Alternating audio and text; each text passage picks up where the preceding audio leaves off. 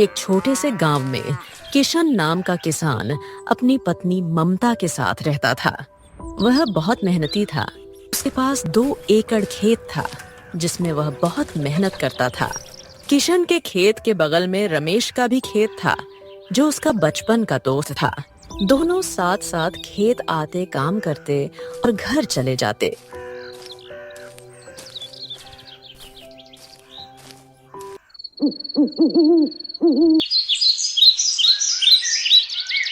एक दिन रमेश की पत्नी बहुत बीमार पड़ जाती है।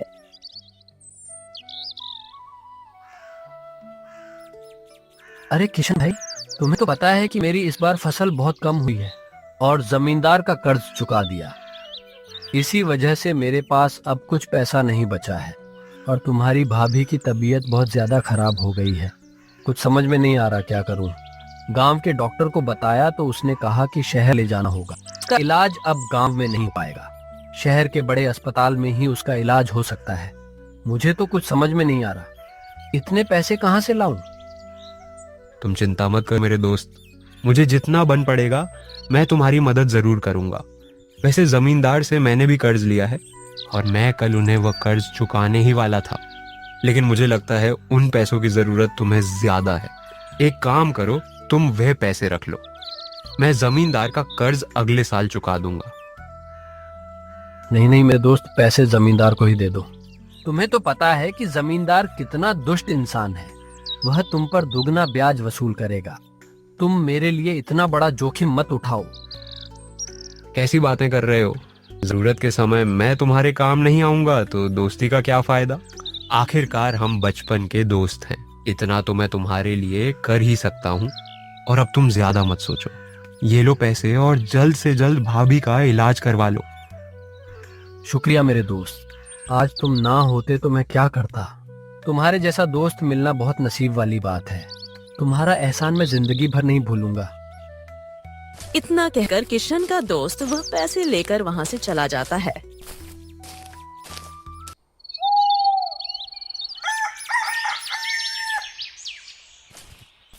दूसरे दिन किशन जमींदार के यहाँ जाता है और बोलता है, राम राम जमींदार जी। आओ आओ किशन, ले आए तुम कर्ज की रकम। जमींदार जी, दरअसल इस बार मैं कर नहीं ला पाऊंगा। बात यह है कि मेरा दोस्त रमेश, उसकी पत्नी की तबीयत बहुत ज्यादा खराब हो गई थी, तो उसे पैसों की जरूरत थी, इसलिए मैंने उसकी मदद कर दी। मुझे कुछ दिनों की मोहलत दे दीजिए, मैं आपका सारा कर्ज लौटा दूंगा। ये क्या कह रहे हो तुम? तुम्हें खुद खाने पीने के लाले पड़े हैं और बड़े आए समाज सेवा करने वाले, और समाज सेवा भी तुम मेरे पैसे से कर रहे हो, और यहाँ मुझे ये सब कहानी सुना रहे हो। मुझे कुछ नहीं सुनना, मुझे मेरे पैसे चाहिए। बस मैं तुम्हें 1 हफ्ते का वक्त दे रहा हूँ। अगर 1 हफ्ते के अंदर तुमने मेरे पैसे नहीं लौटाए तो मैं तुमसे दुगनी रकम वसूल लूंगा। किशन जमींदार को बहुत समझाने की कोशिश करता है, पर जमींदार किशन की एक नहीं सुनता और उसे वहां से भगा देता है। किशन वहां से चला जाता है।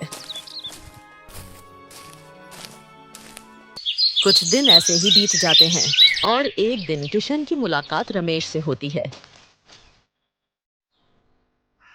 अरे रमेश, तुम शहर से कब लौटे? भाभी का इलाज हो गया, अब उनकी तबीयत कैसी है? अरे किशन, अभी मैं जरा जल्दी में हूँ। तुम्हारी भाभी अब ठीक है, मैं तुमसे बाद में मिलता हूँ। इतना कहकर रमेश वहां से जल्दबाजी में निकल जाता है। यह देखकर किशन को थोड़ा अजीब सा लगता है, लेकिन वह कुछ समझ नहीं पाता और वह भी बिना बोले वहां से घर चला जाता है। अरे कुंती, तुम्हें पता है, आज बीच रास्ते में मुझे किशन मिल गया था और वह मुझे तुम्हारी तबीयत के बारे में पूछ रहा था।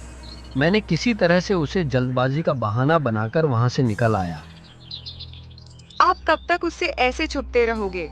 एक ना एक दिन तो वह आपको पैसों के बारे में पूछ ही लेगा। आप एक काम कीजिए, इस बारे में जमींदार से बात कर लीजिए। आखिर यह सब कुछ जमींदार जी के कहने पर ही तो किया है। तुम ठीक कह रही हो, मैं अभी जमींदार बात करके आता हूँ।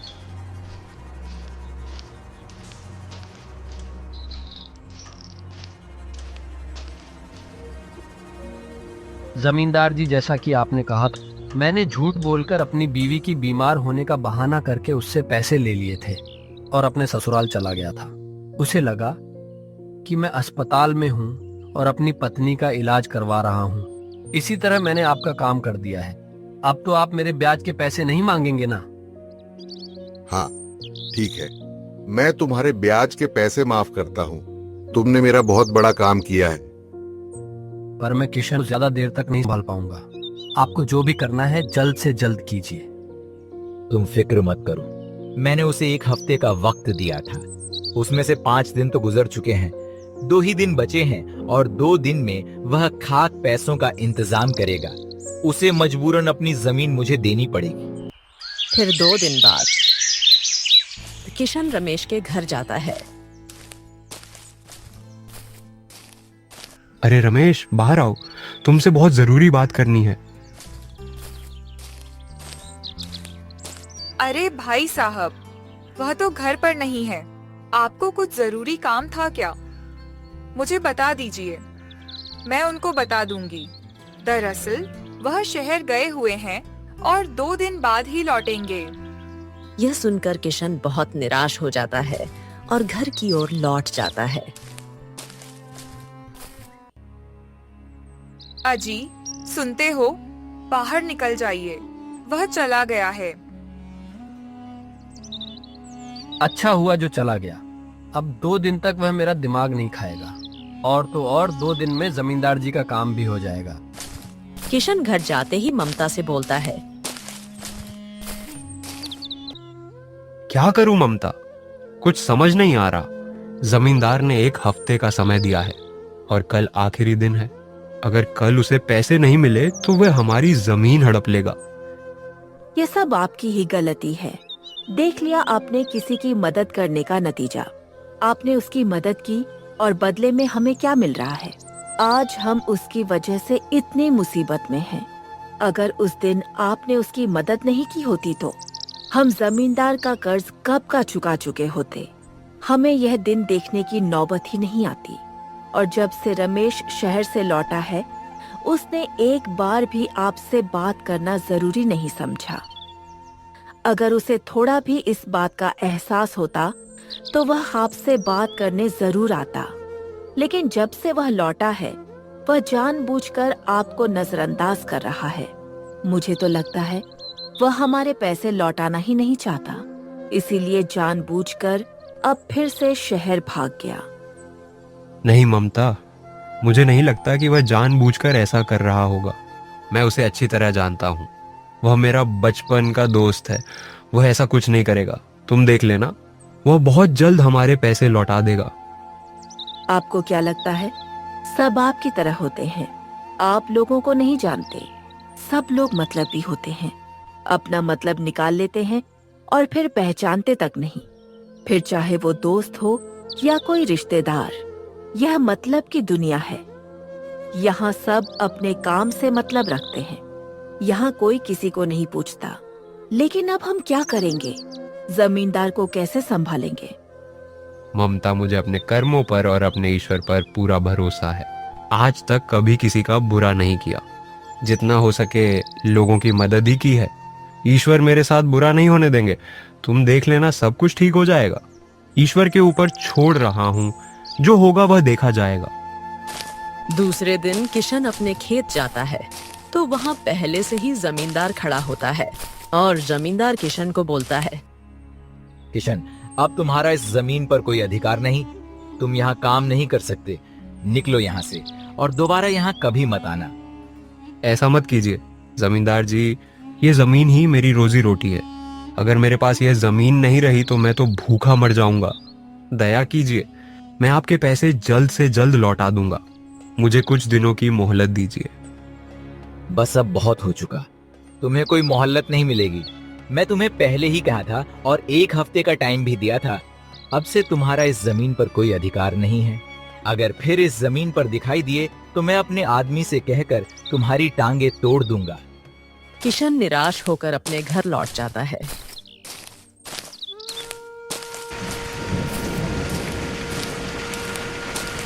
उसी दिन बहुत तेज बारिश होने लगती है। बारिश इतनी तेज होती है कि उसका सामना किशन का कच्चा घर नहीं कर पाता और उसका घर पूरी तरह से गिर जाता है। भगवान, ये कैसी परीक्षा है? हमारे ऊपर तो एक ना एक मुसीबत आती ही जा रही है। पहले जमीन हाथ से गई और अब हमारे सिर पर छत भी नहीं रही। अब हम कहाँ जाएंगे, कहाँ रहेंगे? ये बारिश तो रुकने का नाम ही नहीं ले रही।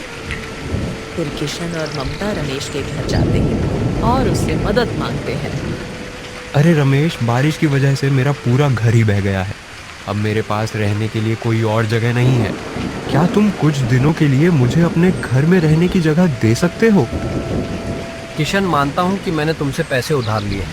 इसका मतलब यह तो नहीं कि तुम अपना बोरिया बिस्तर उठाकर मेरे घर में आ जाओ। मैंने कोई धर्मशाला थोड़ी खोल रखी है और मेरा घर इतना भी बड़ा नहीं है कि मैं तुम्हें अपने घर में जगह दे सकूं।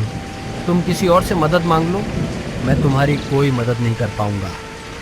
इतना कहकर रमेश घर के अंदर चला जाता है। इसी तरह किशन पूरे गांव में मदद मांगता है, पर कोई किशन की मदद नहीं करता। आखिरकार दोनों को वह रात एक गुफा में गुजारनी पड़ती है। तब ममता किशन से बोलती है, देख लिया आपने लोगों की मदद करने का इनाम। मैं आपसे हमेशा कहती थी बड़ा दोस्त, दोस्त कहते थे ना आप रमेश को। अब कहाँ गया आपका बड़ा दोस्त? निभा दी उसने अपनी दोस्ती। जब उसकी जरूरत थी तब तुमने उसकी मदद की, और जब हमें उसकी जरूरत है तो उसने हमें एक दिन के लिए भी अपने घर में नहीं रखा। इतना एहसान फरामोश इंसान मैंने अपनी जिंदगी में नहीं देखा। ममता, तुम फिक्र मत करो। मुझे अपने भगवान पर बहुत भरोसा है और जो हो रहा है अच्छा ही हो रहा है। अगर यह समय नहीं आता तो मैं रमेश की असलियत कभी पहचान ही नहीं पाता। अच्छा हुआ कि भगवान ने मुझ पर यह समय लाया। बुरे समय में ही लोगों की पहचान होती है। और तुम चिंता मत करो, हमने कभी किसी का बुरा नहीं किया है। उसे अपने कर्मों की सजा जरूर मिलेगी। बस तुम भगवान पर भरोसा रखो। ममता, वो सब छोड़ो। अब हमें यह रात तो इसी गुफा में गुजारनी पड़ेगी और मुझे तो भूख भी लगी है। क्या तुम कुछ सामान घर से उठा लाई हो जिसे पकाकर हम खा सकें? हाँ, मैं थोड़े से चावल साथ में बांध लाई हूँ। हम उन्हें पकाकर खा सकते हैं। किशन और ममता मिलकर थोड़े से चावल पकाते हैं। तभी अचानक गुफा के बाहर एक साधु बाबा खड़े होते हैं जो बोलते हैं, तुम दोनों इस गुफा में क्या कर रहे हो? बाबा जी, बारिश में हमारा घर बह गया। अब हमारे पास रहने के लिए कोई घर नहीं है। हमने पूरे गांव में बहुत जगह बहुत लोगों से मदद मांगी, पर किसी ने हमारी मदद नहीं की। इसी वजह से हमें इस गुफा में रहना पड़ रहा है। कोई बात नहीं बेटा, यह बुरा समय भी टल जाएगा। मैं चलता हूँ। चलो बेटा, मैं अब चलता हूँ। अरे बाबा, आप कहाँ जा रहे हो? इतनी बारिश में आप कहाँ जाओगे? एक काम कीजिए, बारिश रुकने तक यहीं हमारे साथ गुफा में ठहर जाइए। जैसे ही बारिश रुकेगी आप चले जाइएगा। और हमने थोड़े से चावल पकाए हैं, आपको भी भूख लगी होगी। आप भी हमारे साथ बैठकर थोड़ा चावल खा लीजिए। बेटा, मैं अब चलता हूँ और खाने के लिए तुम्हारा शुक्रिया। बेटा, मेरा एक छोटा सा काम है। मैं पास के गांवों में जा रहा हूँ और मेरे पास थोड़ा सा सामान है। उसका थोड़ा वजन ज्यादा हो गया है, तो मैं चाहता हूँ कि वह सामान तुम अपने पास रख लो। मैं वापस लौटते समय ले जाऊंगा। तुम मुझे ईमानदार और भरोसेमंद इंसान लगते हो। मैं कल शाम तक लौट आऊंगा। बस कल शाम तक मेरी अमानत का ख्याल रख लेना। ठीक है बाबा, आप बेफिक्र जाइए। मैं आपकी अमानत का ख्याल रखूंगा। पर बेटा याद रहे, सामान थोड़ा कीमती है। हाँ बाबा, ध्यान रखूंगा। आप निश्चिंत होकर जाइए। इतना कहकर साधु बाबा पोटलियां रखकर वहां से चले जाते हैं।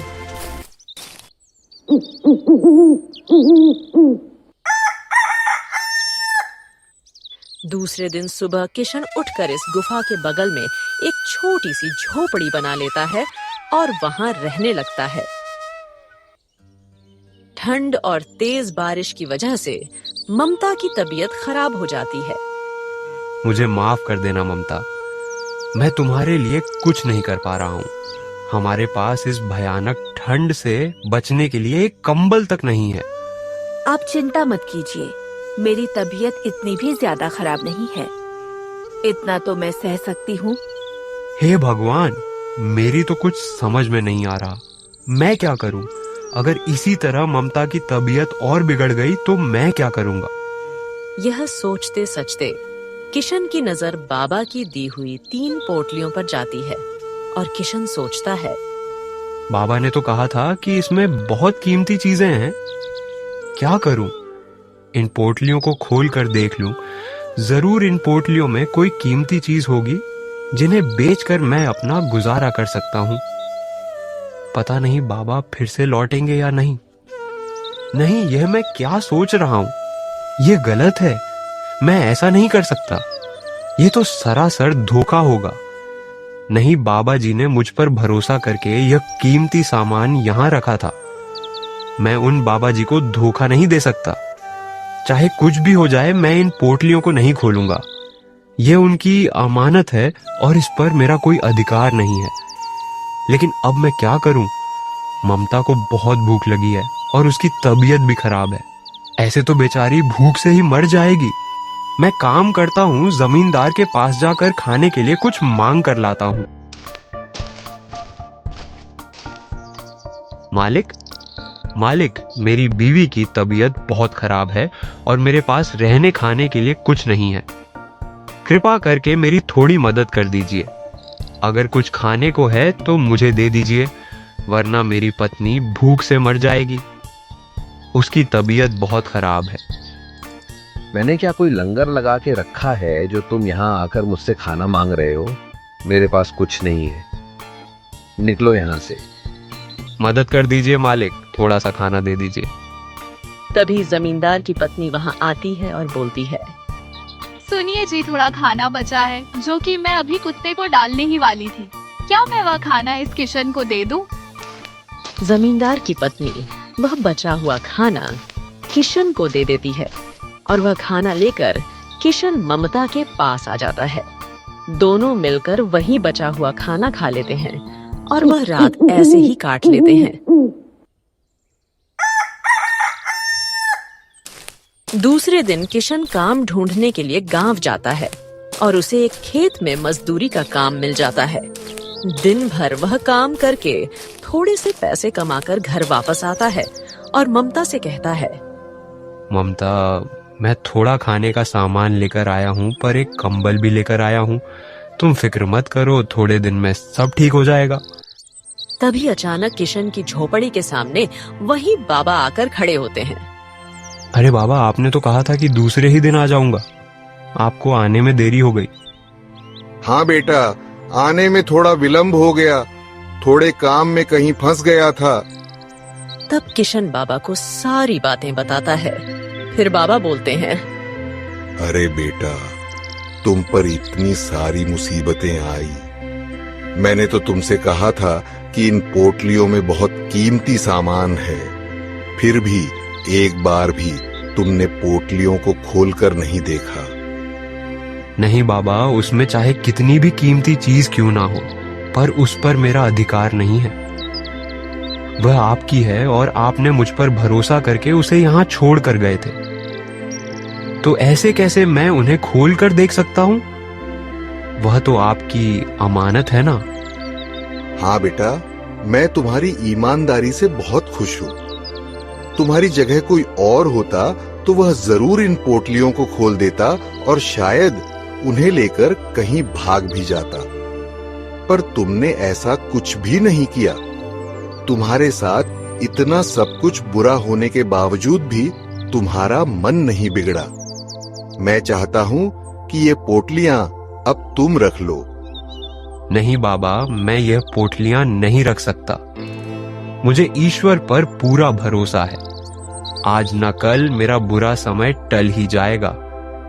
ये आपकी पोटलियां हैं और आप इन्हें अपने साथ ले जाइए।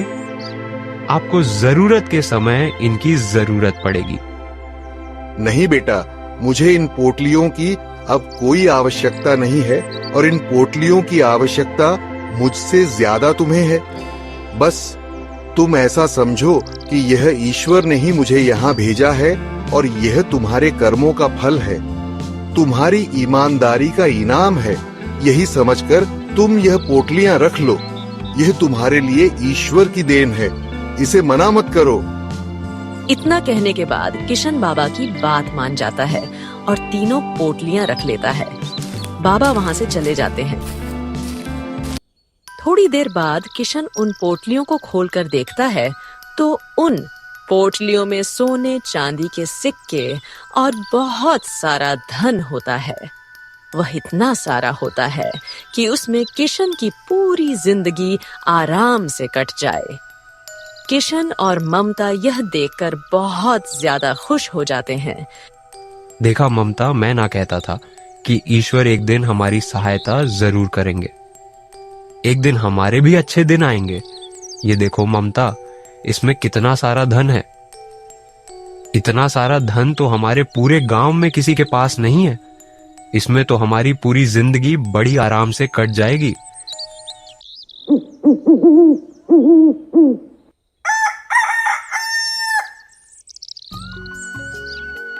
फिर किशन गांव में अपना घर बनाता है, जो गांव में सबसे बड़ा और पक्का मकान होता है। गांव के बहुत सारे लोग किशन का यह घर देखकर जलने लगते हैं। अजी, देख रहे हैं किशन ने कितना बड़ा घर बनाया है। इतना बड़ा घर तो हमारे पूरे गांव में किसी के पास नहीं है। आखिर इसके पास इतना धन आया कहाँ से? आप जरा जाकर पूछिए तो। तुम पागल हो गई हो क्या? मैं जाकर उससे पूछूं? मेरी शामत आई है जो उसे जाकर पूछ लूं। हमने उसे दिन उसकी मदद नहीं की थी। अब किस मुंह से उसके पास जाकर उससे बात करूंगा? और तो और उसके पैसे भी देने बाकी हैं। मैं उसके पास नहीं जा सकता। हमने थोड़े से पैसे के लालच में जाकर उसके साथ बहुत बुरा किया है। आप बिल्कुल सही कह रहे हैं, हमें ऐसा नहीं करना चाहिए था। एक दिन बहुत ज्यादा और तेज बारिश हुई। आंधी तूफान आता है। बारिश इतनी तेज होती है कि गांव में बाढ़ आ जाती है और उस बाढ़ में गांव के बहुत सारे लोगों के घर बह जाते हैं। उसमें जमींदार का भी घर होता है और रमेश का भी घर बह जाता है। वे सारे लोग रास्ते पर आ जाते हैं, लेकिन गांव में सिर्फ एक आदमी का घर बचा होता है और वह किशन का होता है। अजी, सुनते हैं, अब हमारे पास तो कोई रास्ता नहीं है। क्यों ना हम किशन के घर पर जाकर रुक जाएं? कुंती, हम किस मुंह से किशन के घर जाएंगे? जब उसे हमारी जरूरत थी तब हमने उसकी कोई मदद नहीं की। उसे बुरा भला कहकर घर से निकाल दिया था। अब मैं उसे किस मुंह से मदद मांगूंगा? और वह भी मेरी मदद क्यों करेगा? हमने उसके साथ बहुत बुरा किया है। तुम बिल्कुल सही कह रहे हो रमेश। हम किस मुंह से किशन के पास जाकर मदद मांगेंगे? हमने उसके साथ ठीक नहीं किया। यह हमारे ही कर्मों की सजा है जो आज हमें मिल रही है। तभी वहाँ पर किशन आता है और बोलता है, आप सभी मेरे घर पर रह सकते हैं। यह सुनकर रमेश और जमींदार की आंखें भर आती हैं। हमें माफ कर दो किशन, हमने तुम्हारे साथ बहुत बुरा किया। किशन, मैंने जानबूझकर तुम्हारी जमीन हथियाने के लिए रमेश के साथ मिलकर साजिश रची थी। हमने तुम्हारे साथ इतना बुरा किया, फिर भी तुम आज हमारी मदद के लिए यहाँ खड़े हो। हमें खुद पर शर्म आ रही है। आज हम तुमसे नजरें मिलाने के लायक नहीं हैं। हम तुम्हारे सामने खुद को बहुत छोटा महसूस कर रहे हैं। हो सके तो हमें माफ कर देना। तुम लोगों को अपनी गलती का एहसास हो गया, यही मेरे लिए काफी है। जब तक सब कुछ ठीक नहीं हो जाता तुम सब लोग मेरे घर में रह सकते हो।